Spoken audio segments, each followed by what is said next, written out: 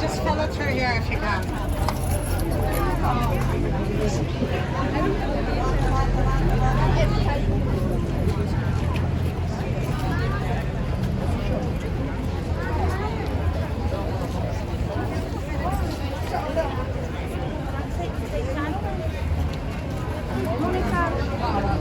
You go around. We come back and change in a couple of minutes. Guys, Oxford International.